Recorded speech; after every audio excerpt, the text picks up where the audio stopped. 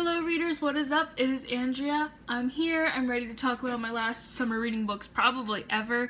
I'm here to talk about my new glasses. I'm here to talk about how boring my background is with a big pink yoga ball and a hook on the wall that kind of looks like a bug. So, let's get into it. I am full of pep today.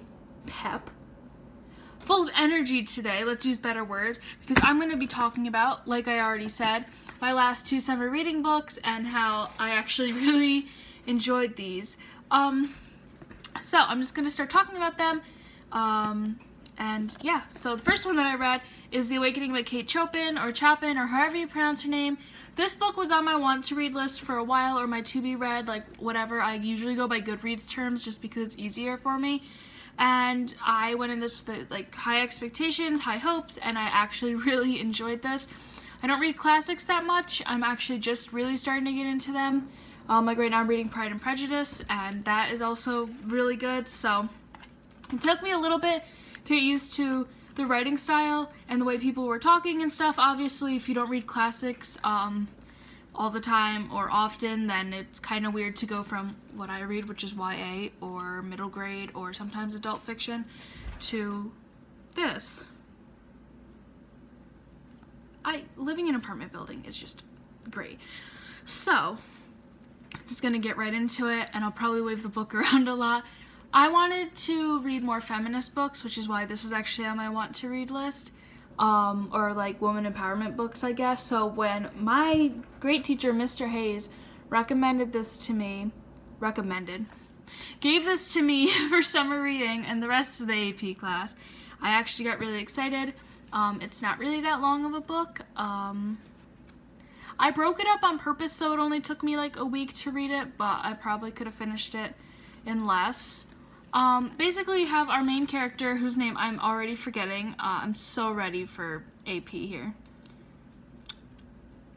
Yep. Edna, I believe, is her name. We're gonna call her Edna because I'm almost 100% sure that's her name. Or Mrs.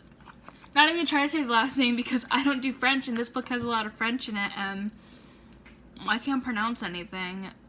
So, anyways, basically, first they go on like a vacation type thing. You kind of see like her like, my nose ring was crooked that whole time. Her like disagreements with her husband, and kind of just throughout the book you kind of see her turn into this really independent woman, and she doesn't really take crap from her husband, and she meets a couple guys along the way. I thought that she was gonna have a love interest with one of the girls, I'm not even gonna lie, which I would have loved. It just didn't happen. I don't know why I really expected it to from a book like that was written in 1899 or published in 1899, but whatever. And it was just really nice to see her grow and just become this independent woman, and you know, not let her husband hold her down and kind of do what she wanted. And there were some acts of infidelity, like she was with Robert, is that his name? Believe me, I have to go read up on my characters because I didn't really pay attention to them in this book. There were a lot of characters in this.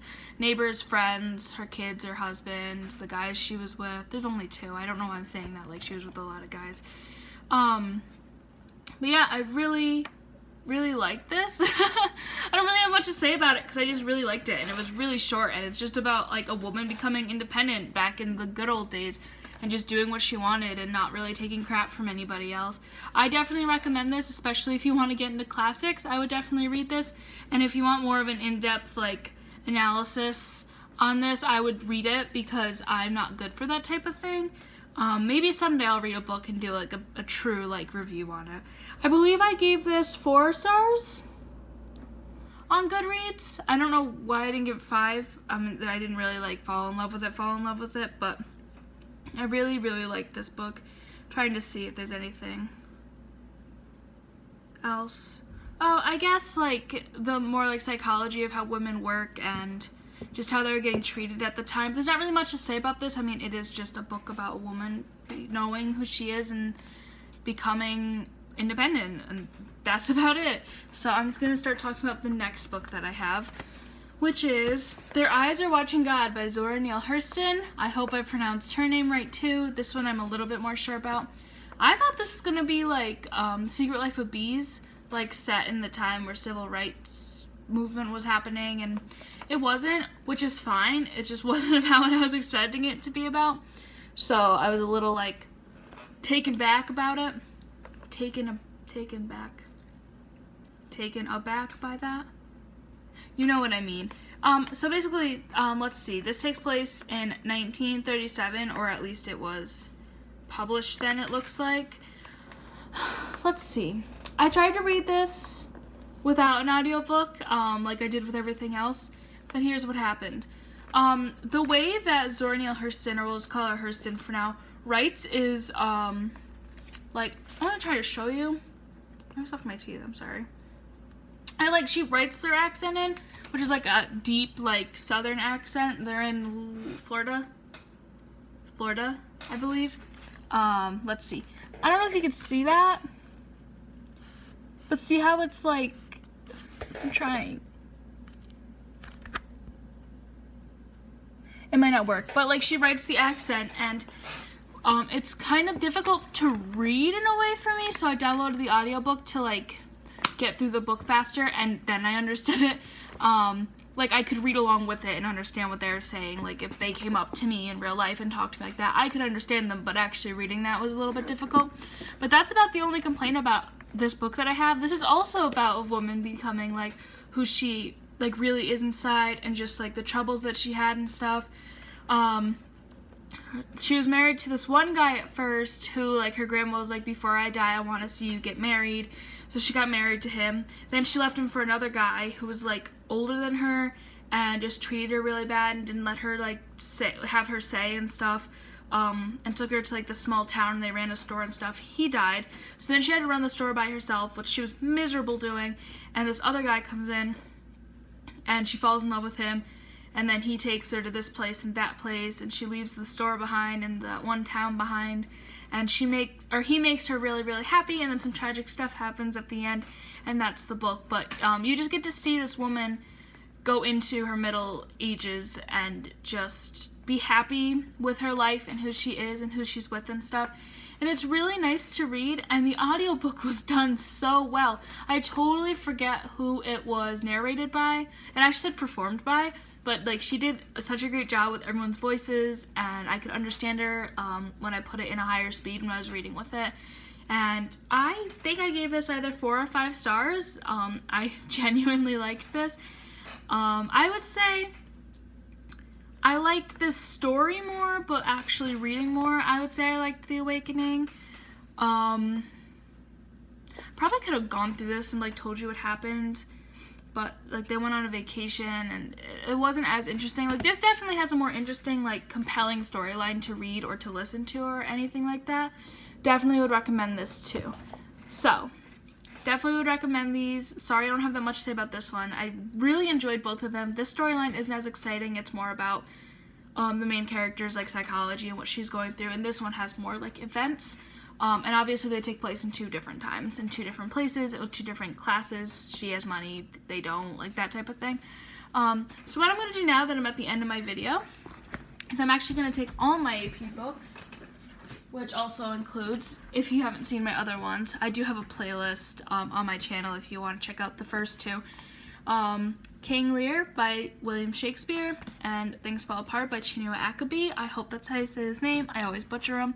So I'm just going to put them in order from, like, favorite to least favorite, I guess. I'm going to say I actually like Their Eyes Are Watching God more. I think that the audiobook definitely, like, steers my decision towards that a little bit more because of, like, how it was. I think if I actually sat down and read the book, and just read the book, like no audiobook or anything, I might not have enjoyed it as much. Thought I heard something. It's got a heart attack. Whew. Yeah, if I didn't read the audiobook with it, I probably wouldn't have liked it as much, but the story was really good, and just reading about Janie and all of that, I genuinely enjoyed it, and I didn't think I was going to like it as much as The Awakening. Which I also really enjoyed. It wasn't really an eventful book. Not much happened. There were only a couple spots that I can really remember vividly, I guess. I thought when I finished this, I really, really enjoyed it, but I still think I like Their Eyes Are Watching God more. Obviously, I don't have as much to say about this, even though I still really enjoyed it. Next one is actually King Lear by William Shakespeare, which I believe I gave 1 star. I think Things Fall Apart I gave more stars because I just don't like Shakespeare, but honestly this storyline was better than my last book. I don't know, I just didn't like it. I don't like Shakespeare, as I've said before, so I'm really biased towards this. Let me just wreck these books before I go back to school. Last book is Things Fall Apart by Chinua Achebe. I didn't like this. I mean, I've talked about this one before and why I didn't like it. It just didn't do anything for me. Like, I didn't find myself caring or anything. So, that's it. Those are my summer reading books, and I am done. I'm done with my AP summer reading books. So, my plans for the rest of this series, actually, I think I'll make a video on my first day of AP English, and hopefully Mr. Hayes, who I've had before, probably said it, I had him for a creative writing class, and last year for regular English. Where was I going with that? Oh, so hopefully he'll like give a synopsis of the class, and I'll be able to share that with you. And then throughout my senior year, I hope to tell you about what books I'm reading and any stories that come with AP English, and I think it'll go really well and keep up a series on this channel. I think that's all. I hope y'all have a good day. My socials are in the description below. I have Instagram, Snapchat, Twitter, Goodreads, and now I have a Tumblr if you want to check that out for bookish things, which is also Read with Andrea. I mean, they're all going to be down there, but everything is Read with Andrea if you have a hard time finding me. So I hope y'all have a good day. I will have a video up next week, and I'll see y'all soon. Bye.